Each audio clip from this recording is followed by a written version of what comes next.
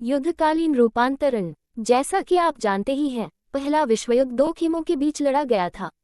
एक पाले में मित्र राष्ट्र यानी ब्रिटेन, फ्रांस और रूस थे, तो दूसरे पाले में केंद्रीय शक्तियां यानी जर्मनी, ऑस्ट्रिया हंगरी और ऑटोमन तुर्की थे।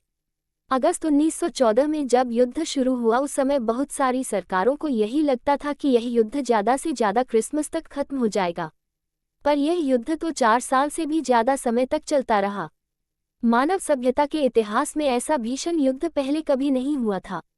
इस युद्ध में दुनिया के सबसे अगुआ औद्योगिक राष्ट्र एक दूसरे से जूझ रहे थे और शत्रुओं को नेस्तनाबूद करने के लिए उनके पास बेहिसाब आधुनिक औद्योगिक शक्ति इकट्ठा हो चुकी थी।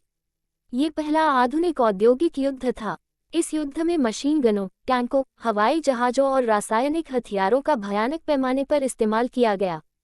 ये सभी चीज़ें आधुनिक विशाल उद्योगों की देन थीं। युद्ध के लिए दुनिया भर से असंख्य सिपाहियों की भर्ती की जानी थी और उन्हें विशाल जलपोतों व रेलगाड़ियों में भरकर युद्ध के मोर्चों पर ले जाया जाना था।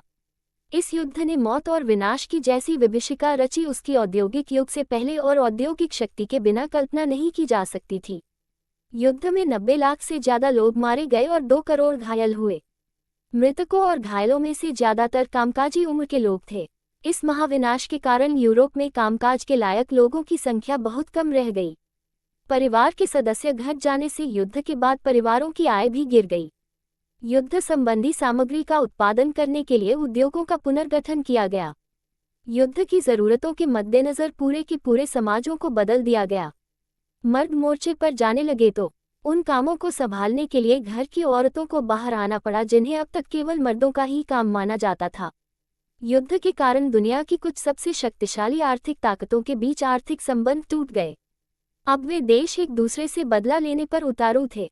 इस युद्ध के लिए ब्रिटेन को अमेरिकी बैंकों और अमेरिकी जनता से भारी कर्जा लेना पड़ा। फलस्वरूप इस युद्ध ने अमेरिका को कर्जदार की बजाय कर्जदाता देश बना दिया। कहने का आशय यह है कि युद्ध के बाद दूसरे देशों में अमेरिका व उसके नागरिकों की संपत्तियों की कीमत अमेरिका में दूसरे देशों की सरकारों या उन नागरिकों के स्वामित्व अथवा नियंत्रण वाली संपदाओं से कहीं ज़्यादा हो चुकी थी।